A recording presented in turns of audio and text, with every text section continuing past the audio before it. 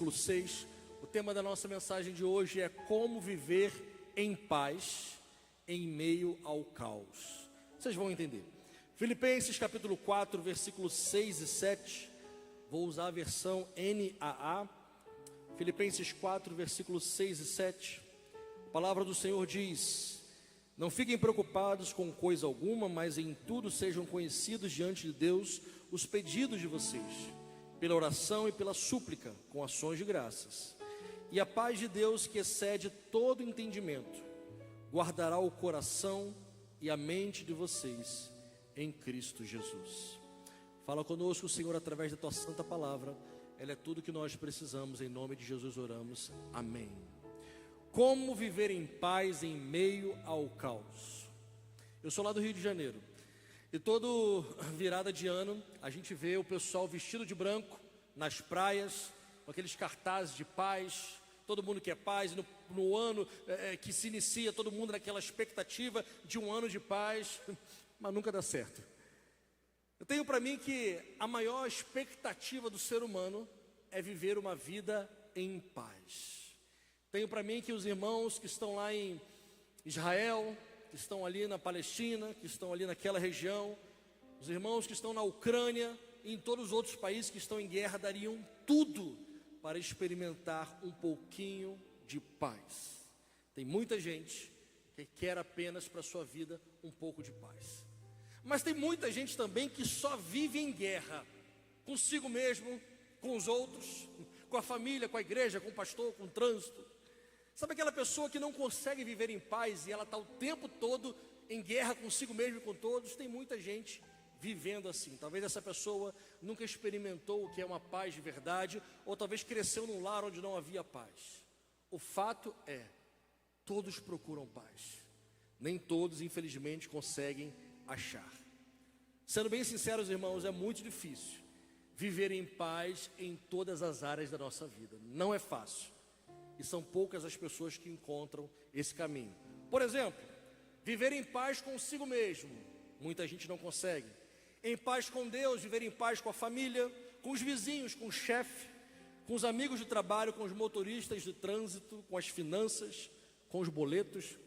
Viver em paz com todo mundo ao mesmo tempo não é nada fácil. Definitivamente não é. São muitas variáveis que têm que estar juntas para a gente conseguir viver em perfeita paz.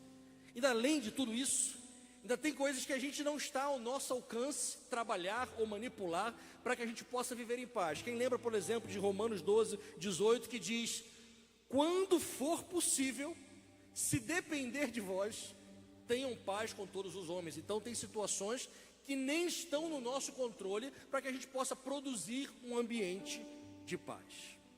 Falando sobre essa palavra caos, tema da nossa mensagem, como viver em paz em meio ao caos. O significado da palavra caos é mistura de coisas ou ideias em total desarmonia, confusão, desequilíbrio. E isso é um perfeito retrato do mundo que nós vivemos. A pergunta então para nós nessa manhã, irmãos, é: como? No meio desse caos, no meio do trânsito, no meio das injustiças, no meio de tudo que a gente vive, como é possível viver em paz? A maioria dos seres humanos busca por paz e não encontra. As pessoas botam roupa branca de 31 para dia 1º, achando que aquilo vai trazer algum tipo de paz, e descobrem no dia 2 que não produziu nenhum tipo de paz.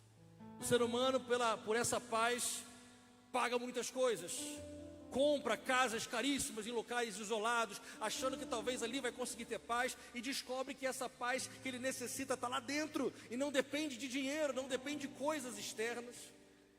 E nós, que conhecemos a palavra de Deus, como é possível vivermos em paz esse mundo de caos que todos nós vivemos?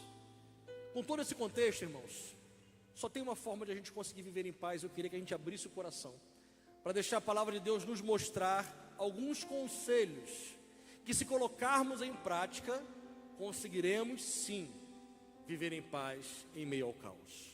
Aqui no capítulo 3, voltando uma página da sua Bíblia, versículo 20 e versículo 21 diz assim: a nossa pátria está nos céus, de onde também aguardamos o Salvador, o Senhor Jesus Cristo, o qual transformará o nosso corpo de humilhação para ser igual ao corpo da sua glória.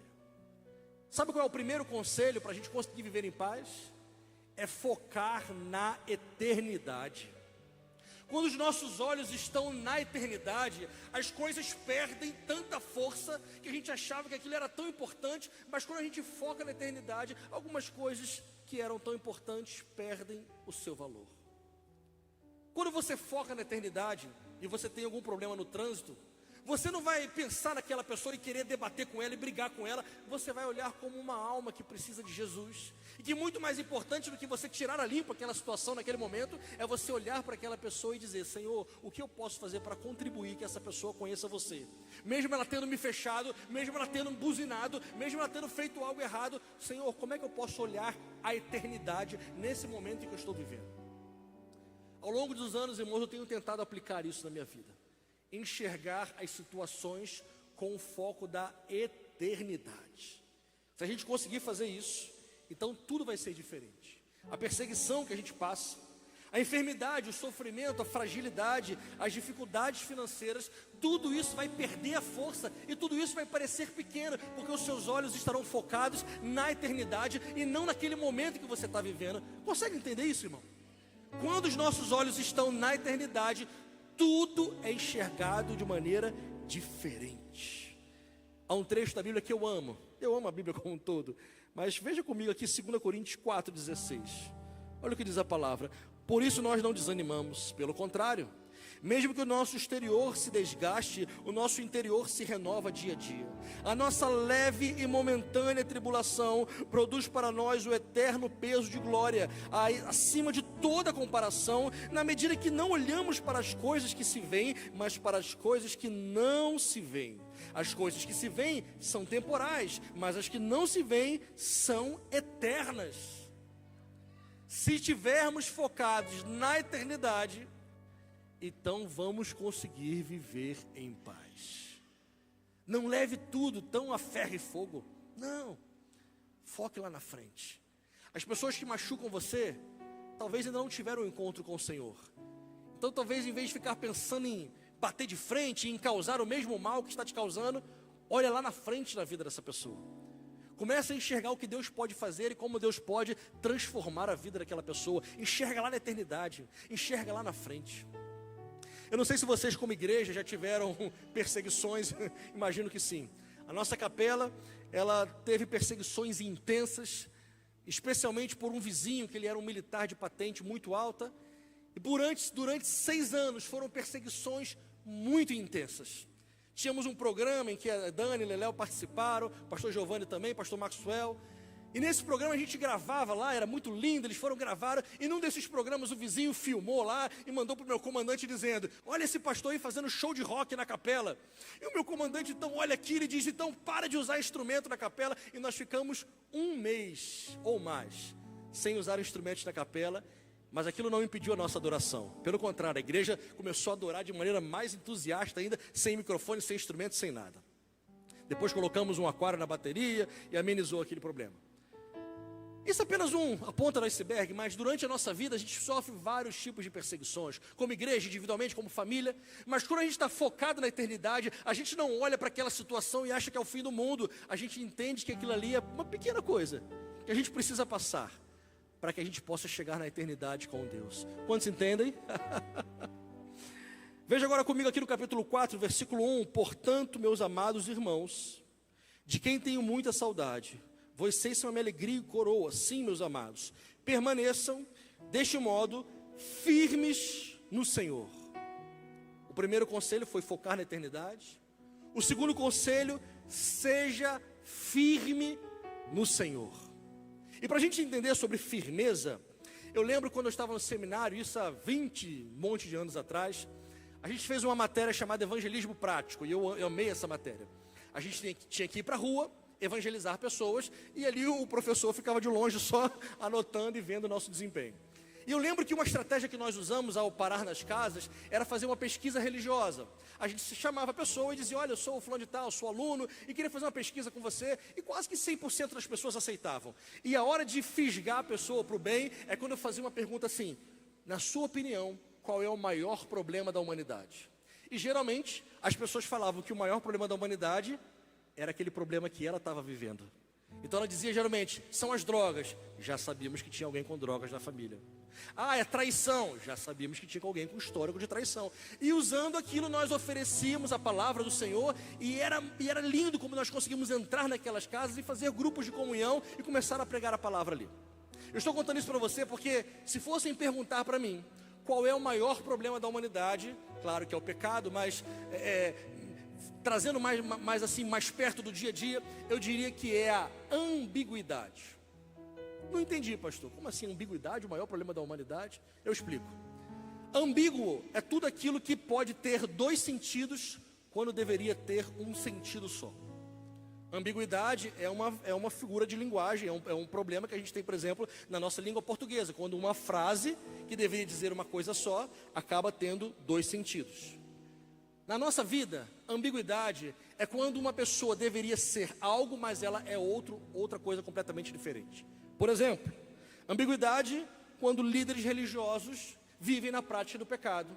Isso é uma ambiguidade terrível. Ambiguidade, por exemplo, quando um policial ou um juiz ou alguém que deveria zelar pela lei é corrupto. É uma ambiguidade. Ou então, aquela pessoa que é melhor amiga de alguém trai, como Judas fez com Jesus. Isso é uma ambiguidade. Vocês vão entender onde eu quero chegar. 90% do Brasil se declara cristão. Vocês sabiam dessa estatística?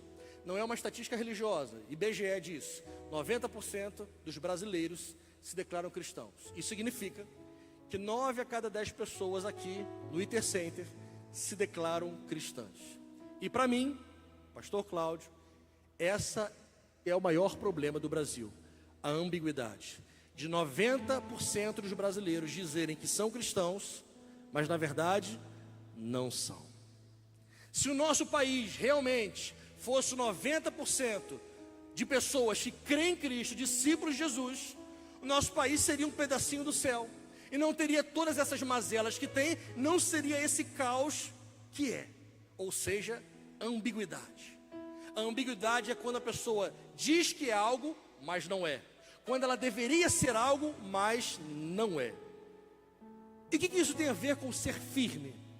Uma pessoa que é firme no Senhor jamais será ambígua. Jamais. Você só consegue viver em paz se você for firme no Senhor. Quem é ambíguo jamais viverá em paz, porque constantemente olhará para dentro de si e se achará um impostor. Ou alguns, talvez tão cauterizados pelo pecado, já não conseguirão mais ver essa fraqueza em si mesmo e viverão uma vida achando que tudo é normal. Como a palavra diz que nos últimos dias, algumas pessoas procurarão mestres para si para falar o que eles querem ouvir, como que tendo comichão nos ouvidos. Mas a pessoa que é firme no Senhor, essa consegue viver em paz. Quem é ambíguo e vive uma vida dupla, jamais conseguirá viver em paz. Quantos entendem isso?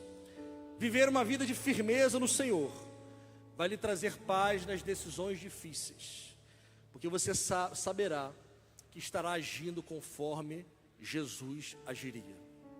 Não dá para ter paz se você não for firme no Senhor.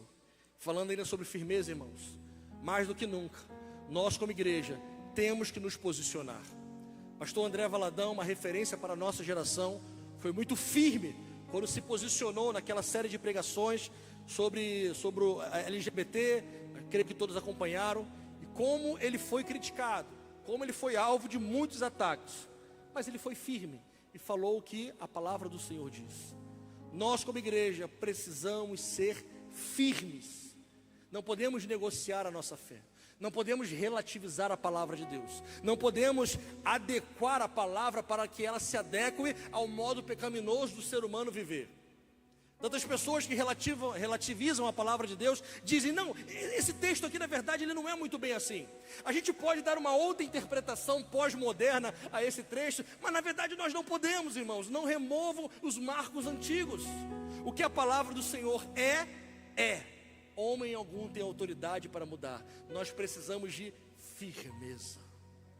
Então, com todo carinho, por favor, falar para quem está pertinho de você, seja firme. Seja firme. Firme. Seja firme. Em nome de Jesus. No capítulo 4, versículo 2 e 3, a palavra diz: peço a Evódia e peço a Sintique que no Senhor tenham o mesmo modo de pensar. E peço também a você, fiel companheiro de jugo, que auxilie essas mulheres, pois juntas se esforçaram comigo no Evangelho, juntamente com Clemente e com os demais cooperadores meus, cujos nomes se encontram no livro da vida. Eis aqui o terceiro conselho para você conseguir viver em paz: resolva os conflitos e pendências antigas. Nesse trechinho aqui que a gente leu, Evódia e Sintique estavam se estranhando. Só que elas não eram mulheres qualquer, não eram mulheres que não tinham compromisso com Deus, não. Eram mulheres de Deus, eram cooperadoras do apóstolo Paulo. Tanto que o apóstolo Paulo, ele não dá uma palavra ali mais disciplinar, ele pede para essa pessoa, fiel amigo, ele diz, por favor, seja essa terceira pessoa, porque elas não estão conseguindo se entender, vai lá entre elas e bota essas mulheres para se entender, porque elas são muito preciosas. Elas me ajudaram muito, mas elas não estão conseguindo se resolver. Elas eram companheiras de ministério, mas estavam se estranhando e eram servas de Deus. Eu tenho certeza que isso aqui jamais acontece. Mas lá na igreja que eu pastorei, irmãos, de vez em quando saem as faíscas lá. De vez em quando alguém, só que não são pessoas ruins. São simplesmente seres humanos. E onde há ser humano, há problema. Você já sabia disso? Aonde tem ser humano, tem dificuldades. Eu costumo dizer, quando a pessoa diz assim, pastor, mas eu estou procurando uma igreja ideal para mim. Aí eu costumo dizer assim, olha, se um dia você achar uma igreja perfeita, não entra. Porque na hora que você entrar, estragou a igreja. Aí o pessoal, que isso, pastor? Eu falo, porque você não é perfeito. E a beleza do cristianismo é justamente isso. Nós sendo imperfeitos, tendo mazelas, tendo lutas contra o pecado, pela graça somos usados por Deus, outras vidas são salvas, a gente se estranha, mas se conserta, a gente fere, mas pede perdão, a gente caminha uma milha a mais, e isso é ser igreja. Não tem como ser igreja deitadão no sofá, comendo pipoca, assistindo culto online somente. Não dá para ser igreja assim. Igreja é gente, é cheiro de ovelha. É se estressar com o outro, mas é consertar. É pisar no pé do outro e depois pedir perdão e carregar no colo. Isso é igreja. Então você só vai conseguir viver em paz se você resolver as pendências e conflitos não resolvidos, como Evódia e Sintique. Pastor, como é que eu faço isso? Faz uma varredura na sua vida, irmãos. Tem lá a varredura que a gente faz no Windows de vez em quando, para ver se tem vírus. Faz uma auto-varredura em você. E começa a pensar e tentar lembrar de pessoas que você possa ter machucado. Ou de pessoas que simplesmente não falam com você e você não sabe nem porquê. Eu sou pastor há quase 20 anos, irmãos. Quase 20 anos. E nesses meus quase 20 anos de pastor, de vez em quando eu descobri alguém na igreja que eu ia dar uma paz do Senhor, a pessoa estava... Eu falava, mas o que eu fiz para essa pessoa, meu Deus, né? Eu tentava dar um abraço e a pessoa, né? Fala, meu Deus do céu. E eu nunca gostei de conviver com isso. Então sempre quando eu sentia ali que tinha alguém estranho comigo, eu já ia investigar o que eu fiz. E na maioria das vezes, não era o que eu fiz, mas o que eu deixei de fazer. Como pastor, todo mundo espera que o pastor vá lá no dia do aniversário, vá lá comer o bolo, mas é quase impossível para uma pessoa estar presente na casa de todo mundo. Ontem nós estávamos na casa de uma das nossas ovelhas, já saímos de lá 11h30 da noite, fomos lá na festinha de aniversário da filha. Isso é uma bênção. A gente não consegue estar na casa de todo mundo, é humanamente impossível. Mas aí a pessoa vê a foto do pastor que foi na casa do outro e não foi na sua. Terceira Guerra Mundial. E a pessoa já não gosta mais do pastor e o pastor não está nem sabendo o que está acontecendo. E aí quando você vai apertar a mão, a pessoa já tira a mão, que não gosta mais do pastor. Eu estou dando um exemplo, mas na nossa vida às vezes acontece isso no trabalho, dentro de casa. O marido acorda, sorrisão, e a esposa nem tchum para ele. O marido fala, o que eu fiz? Aí nesse caso é mais difícil, irmãos, que descobrir o que está na cabeça da mulher, né? Ali é um desafio triplo, né? Na igreja é mais fácil. Brincadeira, cadê minha esposa? Eu sei. Mas faça uma varredura na sua vida. E descubra se tem algum conflito não resolvido. Descubra se tem algo que ou você machucou alguém, ou alguém te machucou, ou simplesmente uma situação cresceu, fugiu do seu controle, e aquela pessoa não está falando mais com você. Vai lá e conserta. Porque enquanto você não consertar, você não vai conseguir viver em paz. É impossível. Sabe naqueles filmes antigos, quando a gente vê a terceira, quarta, quinta geração de filhos ou netos que se odeiam, não sabe nem por que se odeiam, porque lá o seu tataravô brigou com outra família, e isso vai passando de geração em geração, e daqui a pouco você não fala nem com a pessoa porque você não gosta, mas você não sabe nem por quê. Às vezes na igreja acontece isso. Alguém te fez uma coisa, mas a coisa passou tantos anos e não resolveu. Daqui a pouco você olha para uma pessoa e diz, eu não gosto daquela pessoa. Por quê? Eu nem sei por quê, mas não gosto. Resolve. E se você conseguir resolver essas pendências, você vai conseguir viver em paz. Se não resolver, você não vai viver em paz. Não tem como. Quarto conselho, veja aqui no capítulo 4 ainda, versículo 4. A Bíblia diz, alegrem-se sempre no Senhor. Outra vez vos digo, alegrem-se. Que a moderação de vocês seja conhecida por todos. Perto está o Senhor.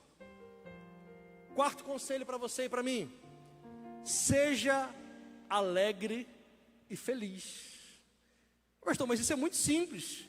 Não é tão simples não. Uma grande quantidade de pessoas decidiu não viver feliz. E certamente você conhece gente assim. Sabe aquela vizinha que você acha que ela é mal amada, que lá não dá sorriso para ninguém, briga com as crianças na rua o tempo todo? Ou aquele senhorzinho que mora lá, talvez aposentado, e que você fala, se você pensa, meu filho vai para a praia, vai curtir, mas ele não, ele quer brigar com a rua inteira. Ou às vezes não é só senhor não, tem jovem que é assim, tem adolescente que é assim, gente de todas as idades que decidiram não ser feliz, e vivem uma vida carrancuda, vivem uma vida de cara amarrado o tempo todo. E geralmente essas pessoas, você tem que ter até cuidado de ficar perto dessas pessoas, porque esse rancor e ser carrancudo, muitas vezes contagia mais do que a felicidade, do que a alegria. Sabe por quê? Vê se não acontece com você. Quando você fica perto de alguém que está reclamando o tempo todo, reclamando, se você não vigiar, daqui a pouquinho você está fazendo o quê? Reclamando também. Então tenha cuidado. Eu sei que Deus quer te usar para você estar no meio da multidão, para pregar a palavra. Faça isso, mas veja bem com quem você está andando, porque se você estiver o tempo todo com pessoas que escolheram não ser felizes, se você não vigiar, daqui a pouco você vai estar parecido. Decida viver alegre. Você tem motivos para ficar triste? Tem. Mas você tem muitos mais motivos para ficar feliz. Você pode provar, pastor? Posso e vou fazer agora. Faz assim comigo, por favor.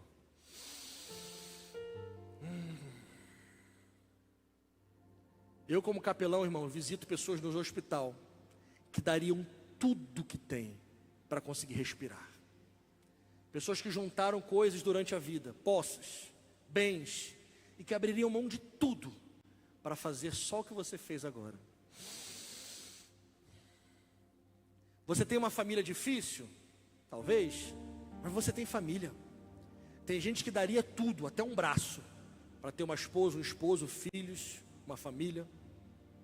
Nós temos tantos motivos para viver felizes, mas às vezes a gente pega a lupa da nossa vida, a lente de aumento, e foca só no que não está dando certo. E a gente começa a focar nas coisas que estão dando errado, e daqui a pouco a gente acha que a nossa vida é só coisa errada. Mas nós temos muito mais motivos para viver felizes e alegres do que para vivermos tristes. Quantos concordam com isso? Mas tem pessoas que decidiram viver uma vida triste o tempo todo. Aqui no versículo 5 diz, perto está o Senhor. Irmãos, Israel é um relógio profético. Jesus está às portas, quantos creem nisso? Nenhum de nós ousamos dizer quando será a data, claro que não, mas nós sabemos que Jesus está às portas, a volta de Jesus é iminente, perto está o Senhor. Não tem por que nós termos esses poucos anos de vida que temos até a volta do Senhor Jesus ou até a nossa morte e vivermos uma vida triste, carrancudo, em guerra, brigando com gente o tempo todo, e briga com o pastor, e briga com flanelinha, e briga com o irmão. Tem gente que passa anos assim. Eu não sei como alguém consegue viver assim. Que vida triste, que vida pesada, que vida sem paz. Decida viver feliz. Vamos colocar isso em prática? Você pode então dar o seu melhor sorriso para quem está pertinho de você. Aquele sorrisão caprichado, pá! Sabe, aquele sorriso. Tem gente que está dando um sorriso bem meia boca. Dá aquele sorrisão bonito, sabe? Decida ser feliz. Decida viver uma vida mais leve. Decida viver uma vida mais intensa. E com isso, você vai conseguir viver em paz. Quinto conselho, talvez um dos mais importantes. Versículo 6 diz: não fiquem preocupados com coisa alguma, mas em tudo sejam conhecidas diante de Deus os pedidos de vocês, pela oração, pela súplica e com ações de graças. Quinto conselho, não viva ansioso. Pô, pastor, agora pegou, hein? Irmãos, a nossa geração é extremamente ansiosa. A minha esposa é pastora e psicóloga, neuropsicóloga, então ela recebe no seu consultório muitas pessoas com ansiedade. Por ética, ela não me conta absolutamente nada sobre nenhum paciente dela. Eu não sei nada, de verdade. Mas a gente sabe, às vezes, como o consultório dela é lá no mesmo local da nossa escola de música, a gente vê as pessoas ali aguardando para ser atendidos, e às vezes batendo perna e comendo unha, num nível de ansiedade tão grande. Eu tive, irmãos, uma crise de ansiedade profunda durante a pandemia. Eu precisei de 8 meses de terapia, e foi um divisor de águas na minha vida. Então aproveita esse momento, aproveitando que a esposa é psicóloga também. E se você tem algum tipo de preconceito de achar que é só doido que vai para psicólogo, não é não, irmão. É tão bom fazer terapia, né? Tão bom. Você vai lá, fala o que está no coração, o psicólogo lá que estudou vai te ajudar com algumas técnicas, né? Durante a pandemia, a minha crise de ansiedade foi porque isso que nós estamos fazendo aqui, igreja, eu vivo desde criança. Então para mim não existe não estar na casa do Senhor. Não tem isso, eu nunca vivi isso. E eu era fominha de igreja, porque lá no Rio de Janeiro, eu sou oriundo da Igreja do Nazareno, que é uma igreja centenária, tem quase no mundo inteiro, é uma igreja que preza pela palavra da santidade. E eu cresci nessa igreja que tinha 4 cultos aos domingos, 8, 10, 5 e 7. Eu estava nos 4, ceiava nos 4 cultos, eu era fominha. E passei a vida inteira nos cultos, e de repente durante a pandemia alguém chega e diz: não pode mais ir para a igreja. Algumas pessoas, para mim foi um desespero. Eu fiquei em casa sem conseguir respirar, literalmente. Eu fiquei assim em casa. E eu achava que era Covid. Fui no médico, o médico disse: cara, tua saturação está quase 101%. Não é Covid, é o quê? É ansiedade. Eu falei: não, é ansiedade. E como é que trata isso? Bom, vai no psicólogo. E na primeira terapia que eu cheguei, a psicóloga me ganhou, quando a primeira terapia inteira foi só para ela me ensinar a respirar. Quase 1 hora de terapia, ela só, vamos lá, como é que é? Cheira a florzinha, sopra a velhinha. 1 hora fazendo isso. Aquilo foi um divisor de águas da minha vida. Por que eu estou contando isso? Porque todos nós passamos por momentos de ansiedade. Todos nós. Em nível maior ou em nível menor. Ter crise de ansiedade faz parte do ser humano. Assim como é necessário buscar ajuda para restabelecer. O que eu estou dizendo é que existem pessoas que passam uma vida inteira ansiosa. Quem vive ansioso jamais conseguirá viver em paz. Tem um versículo na Bíblia lindo demais. 1 Pedro 5,7. Eu conheço esse versículo desde criança. A Bíblia diz: lançando sobre ele, quem lembra, vamos juntos? Lançando sobre ele toda nossa ansiedade, porque ele tem cuidado de vós. Eu gosto de um detalhezinho nesse versículo muito interessante. Gerúndio, lembra do gerúndio lá na escola? lançando, o que isso quer dizer? É um ato contínuo. Não é lance sobre ele, mas lançando sobre ele. Ou seja, você vai passar uma vida inteira lançando a sua ansiedade aos pés do Senhor. Irmãos, tudo no mundo que nós vivemos contribui para que vivamos ansiosos. Os boletos que chegam na hora certinha, é incrível, nunca atrasa boleto, impressionante, está lá, pá! As coisas que vão surtindo novo de acordo com a idade das crianças. Minha filha agora mais velha, pré-adolescente, então é um monte de coisas novas que a gente nunca viveu. Ou então no próprio relacionamento, ou na igreja, ou enfim, tudo. Tudo vai mudando e se a gente não consegue se adaptar àquilo, a gente vai vivendo ansioso. Pois bem, a palavra do Senhor diz, então, lançando, ato contínuo, tudo que tiver te causando ansiedade, lança aos pés do Senhor. Ora e diz, Senhor, isso está me deixando ansioso, toma para ti. Senhor, aquele relacionamento, aquela situação está me deixando ansioso, toma para ti.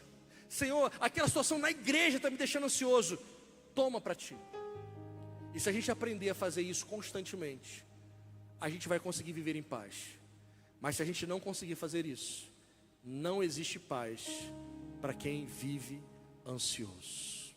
Quantos entendem essa palavra? Me permitem, bem rapidinho, ler com vocês Mateus capítulo 6, 25. Tenho certeza que todos conhecem, mas só para a gente relembrar. Mateus 6, 25. Vou ler bem rápido, para você relembrar esse texto da Bíblia. Por isso, digo a vocês, não se preocupem com a sua vida quanto ao que irão comer ou beber, nem com o corpo quanto ao que irão vestir. Não é a vida mais que o alimento? Não é o corpo mais do que as roupas? Observem as aves do céu, elas não semeiam, não colhem, não ajuntam tesouros nos celeiros, entretanto o Pai de vocês que está no céu as sustenta. Será que vocês não valem muito mais que as aves? Quem de vocês, por mais que se preocupe, pode acrescentar um côvado ou um dia ao curso da sua vida? E por que se preocupam com o que vão vestir ou com... Olhem como crescem os lírios do campo, eles não trabalham, não fiam. Eu, porém, afirmo a vocês que nem Salomão em toda a sua glória se vestiu como qualquer um deles. Ora, se Deus veste assim a erva do campo, que hoje existe e amanhã lançada ao forno, não fará muito mais por vocês, homens de pequena fé? Portanto, não se preocupem dizendo com o que comeremos, ou o que beberemos, ou com o que nos vestiremos, porque os gentios é que procuram essas coisas. O Pai de vocês que está no céu sabe que vocês precisam de todas essas coisas. Mas, vamos falar juntos essa frase: busquem em primeiro lugar o reino de Deus e a sua justiça, e todas essas coisas serão acrescentadas. Portanto, não se preocupem com o dia de amanhã, pois o amanhã trará os seus cuidados. Basta cada dia o seu próprio mal. Você pode lembrar para quem está pertinho de você: não viva ansioso. Não viva ansioso. Não viva ansioso. Se você conseguir lançar aos pés do Senhor a sua ansiedade, você vai conseguir viver em paz. Ansiedade e paz não podem conviver. Último conselho para você e para mim. Capítulo 4, versículo 8. Finalmente, irmãos, tudo que é verdadeiro, respeitável, justo, puro, amável, tudo que é de boa fama, se alguma virtude há e se algum louvor existe, seja isso que ocupe o pensamento de vocês. Último conselho para você viver em paz: tenha pensamentos saudáveis. Isso não é palestra motivacional não, viu? É palavra de Deus. Tudo que é do alto, a gente deve pensar. Eu não sei você, mas durante a pandemia, eu tomei uma decisão que foi a melhor coisa para mim. Durante a pandemia eu não estava assistindo televisão mais não. E de lá para cá também não assisto com tanta frequência não. Vejo ali um jornal ou outro e tal. Imagina a gente lá já ansioso da pandemia e botava na televisão, parecia que era até uma loteria, um bolão, né? E agora, hoje morreu mais 70, morreu mais 100, morreu. E ficou aquela coisa, e eu como pastor fazendo funeral de um monte de gente por causa de Covid, e a televisão o tempo todo fazendo como se fosse um placar. Eu falei, quer saber de uma coisa?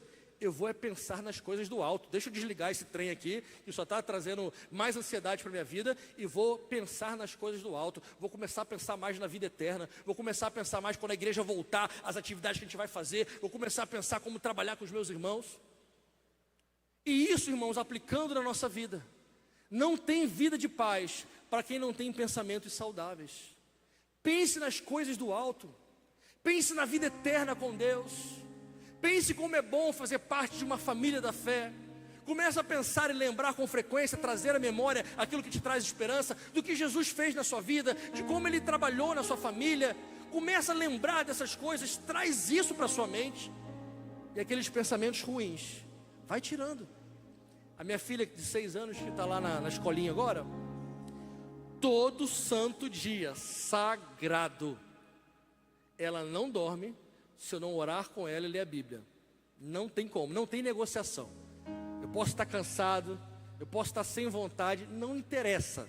Ela vai lá e pai, orar comigo, tá bom. E é interessante porque às vezes eu confesso, né, confessando pecado, que eu faço, às vezes ali muito cansado, eu faço aquela oração um pouco mais rápida, e aí quando eu termino a oração ela diz: pai, você não orou para que Deus tire da minha mente as coisas ruins, para que eu tenha bons sonhos. Volta a oração. Vou voltar a oração. Então já é algo natural, eu tenho que colocar na oração, já faz parte do escopo da oração: Senhor, tira as coisas ruins da cabeça da minha filha, para que ela tenha bons sonhos, para que ela sonhe contigo, com os anjos, com o céu. E eu fico pensando, nós deveríamos fazer isso com nós mesmos. Senhor, tira da minha mente aquelas coisas que te desagradam. Tira da minha mente aquelas coisas que me impedem de viver em paz. Tira da minha mente aquelas coisas que não me deixam pensar nas coisas do alto. Mas é uma incongruência você orar assim e ficar assistindo filme de terror, ficar assistindo série que não agrada o coração de Deus, passar mais tempo vendo televisão do que ouvindo a palavra ou estudando a palavra. É uma incongruência, porque você vai pedir para Deus tirar algo da sua mente que você está colocando. Ele tira, no dia seguinte você bota, ele tira e você bota. É uma incongruência. Só vive em paz quem tem pensamentos saudáveis. Isso não é um simplista pensamento positivo, que vai dar tudo certo, não. É ter a mente de Cristo em nós.